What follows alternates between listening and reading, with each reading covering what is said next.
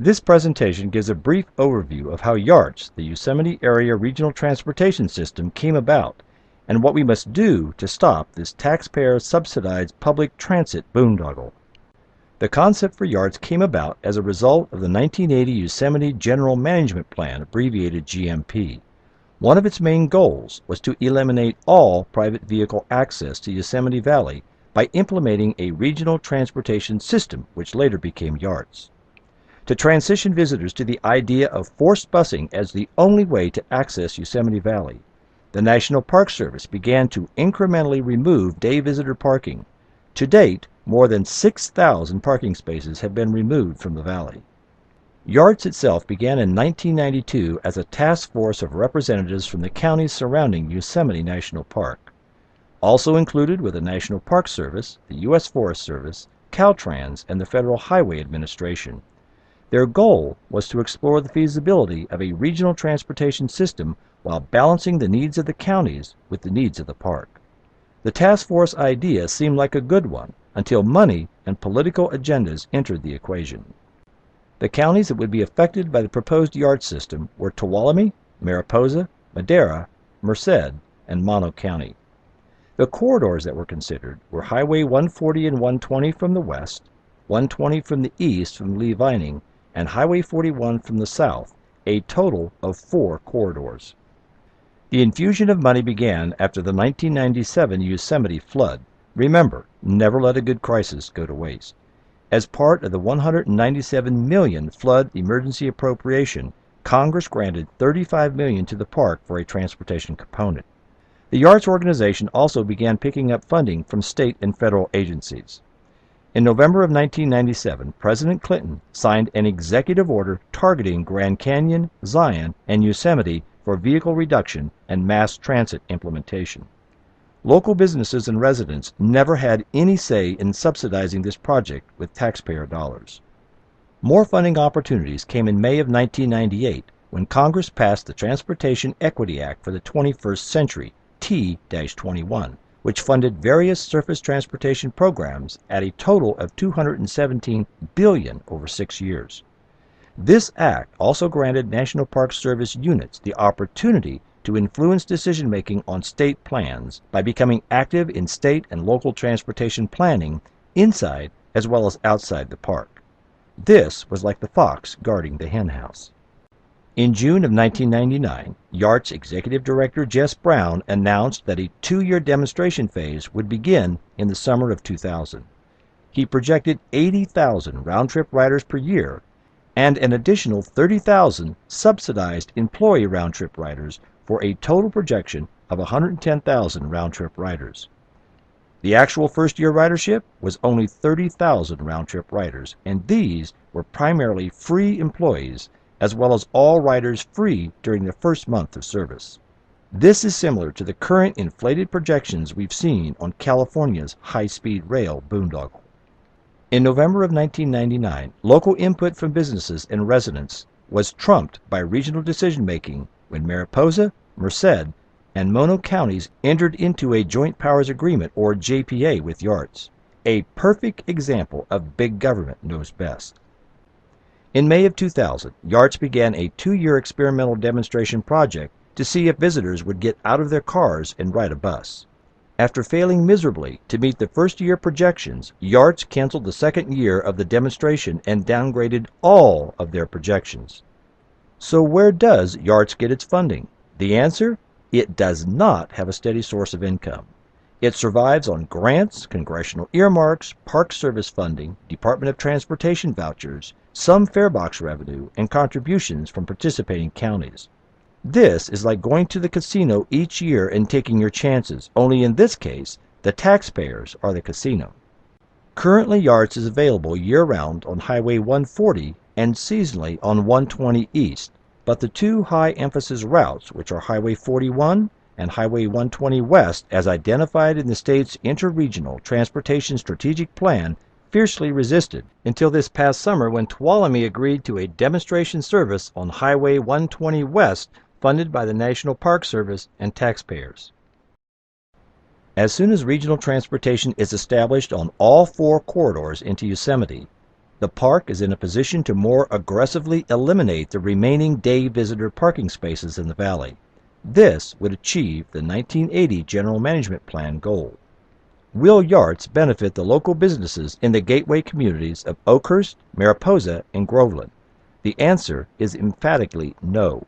The National Park Service has failed to conduct a thorough NEPA analysis of day visitors to determine what eliminating cars and mandating buses will really cost the gateway communities.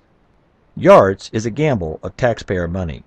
Client surveys and the park's own studies predict that busing will degrade the visitor experience. YARTS will facilitate the conversion of Yosemite into an elitist experience. Only those with considerable discretionary income will be able to visit.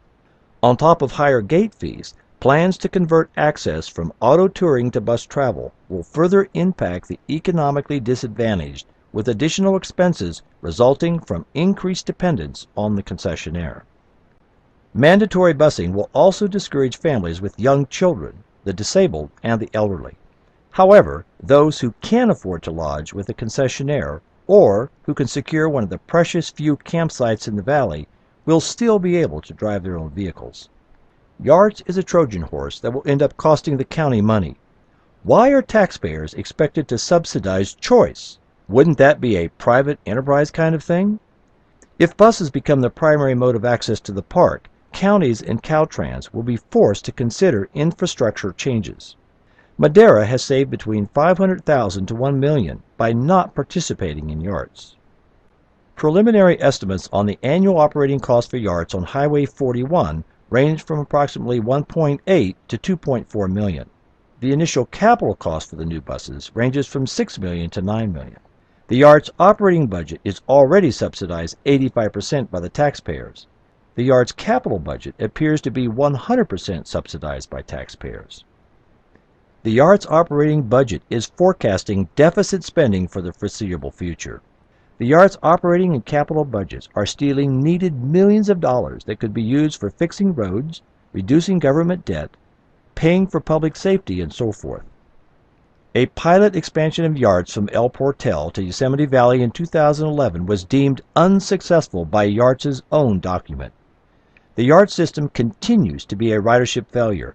12 years later, one-way ridership is 85,000, 135,000 fewer one-way riders than the first-year projection. The only way to make YARTS successful is to make bus access mandatory by removing visitor parking from the valley. How's this for giving us a choice? YARTS does not protect the environment. Diesel is the fuel of choice for mountain roads. Compressed natural gas buses, or CNG, are too expensive and require massive infrastructure changes. Hybrid buses don't work well on long-haul mountain trips. YARTS has failed to do a cumulative impact environmental analysis at full build-out. Instead, it aggressively works to expand the system a little at a time. This is incrementalism at its best. Get the camel's nose into the tent and expand from there. Where else have we seen this type of behavior? The EPA, anyone? YARTS destroys freedom of access. A leisurely 2.5-hour round trip by private vehicle from Oakhurst would become a stop-and-go 4 to 5-hour round trip by bus. It increases reliance on high-priced concessionaire food, goods, and services. Opportunities to stop along the way to take pictures, recover from car and bus sickness, or just get out and smell the fresh air will be eliminated since transit drivers must stay on a time schedule. Local groups oppose YARTS. The Yosemite Sierra Visitors Bureau, the Chambers of Commerce from Oakhurst, Bass Lake, Coarse Gold, and North Fork, and the Scenic Byway are all on record opposing YARTS because it will hurt local businesses and not provide benefits to eastern Madera County or Madera County as a whole. The National Park Service spin obsesses over pollution, congestion, and gridlock caused by cars. But the park administrators never discuss the thousands of parking spaces and campsites that they've arbitrarily removed with no accountability to the public, the same public, by the way, who pays their salaries and provides their budget. The truth is that congestion and gridlock are largely a manipulation of the Park Service, resulting from the removal of parking and road closures, coupled with the failure to aggressively implement low-cost and common-sense traffic management strategies.